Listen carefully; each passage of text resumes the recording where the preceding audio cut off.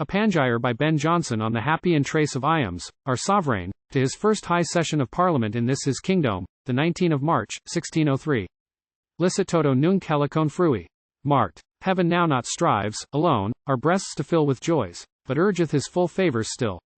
Again, the glory of our Western world unfolds himself, and from his eyes are hoorl'd, today, 1,000 radiant lights, that stream to every nook and angle of his Realme.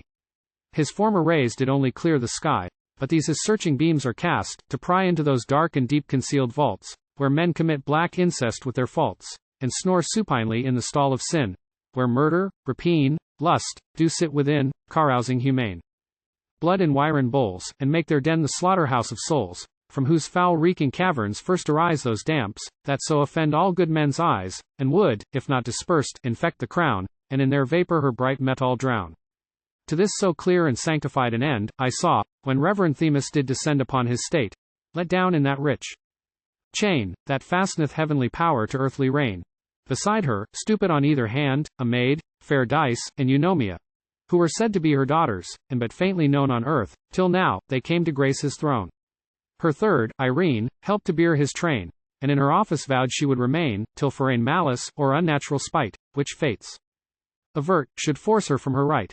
With these he passed, and with his people's hearts breathed in his way, and souls, their better parts, hasting to follow forth in shouts and cries. Upon his face all through their covetous eyes, as on a wonder, some amazed stood, as if they felt, but had not known their good others would fain have shown it in their words. But, when their speech so poor, a help affords unto their zeal's expression, they are mute, and only with red silence him salute. Some cry from tops of houses, thinking noise the fittest herald to proclaim true joys. Others on ground run gazing by his side, all, as unwearied, as unsatisfied, and every wind or grieved it could not move along with him, and the same trouble prove. They that had seen, but 4 short days before, his gladding look, now longed to see it more. And as of late, when he through London went, the amorous city sparred no ornament, that might her beauties heighten, but so doctorist as are ambitious dames, when they make feast, and would be courted. So this town put on her brightest tire, and, in it, equal shown to her great sister. Save that modesty, her place, and years, grave her precedency. The joy of either was alike, and full. No age, nor sex, so weak, or strongly dull, that did not bear a part in this consent of hearts and voices. All the air was rent, as with the murmur of a moving wood. The ground beneath did see me a moving flood. Walls, windows, roofs, towers, steeples, all were set with several eyes, that in this object met. Old men were glad, their fates till now did last, and infants that the oars had made such haste to bring them forth. Whilst riper aged, and apt to understand the more were rapt. This was the people's love, with which did strive the noble's zeal, yet either kept alive the other's flame, as doth the wick and wax, that friendly tempered one pure taper makes. Meanwhile, the Reverend Themis draws aside the king's obeying will, from taking pride in these vain stirs, and to his mind suggests how he may triumph in his subjects' breasts, with better pomp. She telephones him first, that kings are here on earth the most conspicuous things. That they, by heaven, are placked upon his throne, to rule like heaven, and have no more their own, as they are men, than men. That all they do, though hid at home, abroad is searched into, and being once found out, discovered lies, unto as many envies, there, as eyes. That princes, since they know it is their fate, oft times, to have the secrets of their state, betrayed to fame, should take more care, and fear, in public acts what face and form they bear.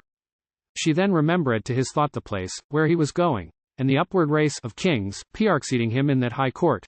Their laws, their ends, the men she did report, and also justly, as his ear was joyed, to hear the truth, from spite of flattery void.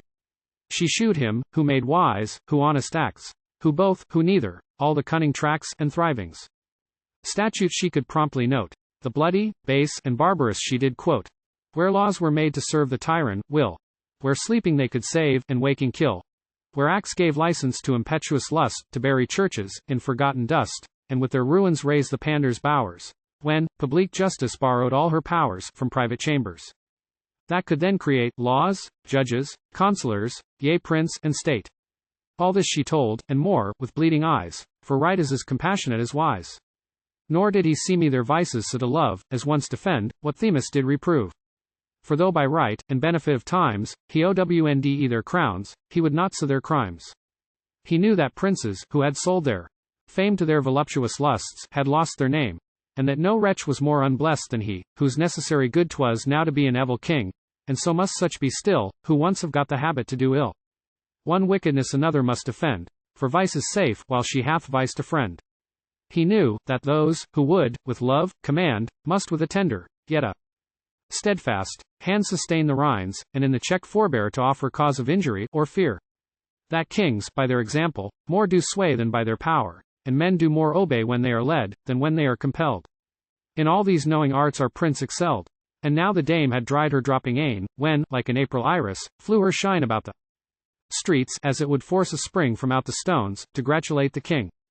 She blessed the people, that in shoals did swim to Hera her speech, which still began in him, and ceased in them. She told them, what a fate was gently found from heaven upon this state. How dear a father they did now enjoy that came to save, what discord would destroy. And entering with the power of a king, the temperance of a private man did bring, that wan affections, ere his steps won ground, and was not hot, or covetous to be crowned before men's hearts had crowned him. Who, unlike those greater bodies of the sky, that strike the lesser fires dim, in his access brighter than all, hath yet made no one less, though many greater, and the most, the best. Wherein, his choice was happy with the rest of his great actions, first to see, and do what all men's wishes did aspire unto.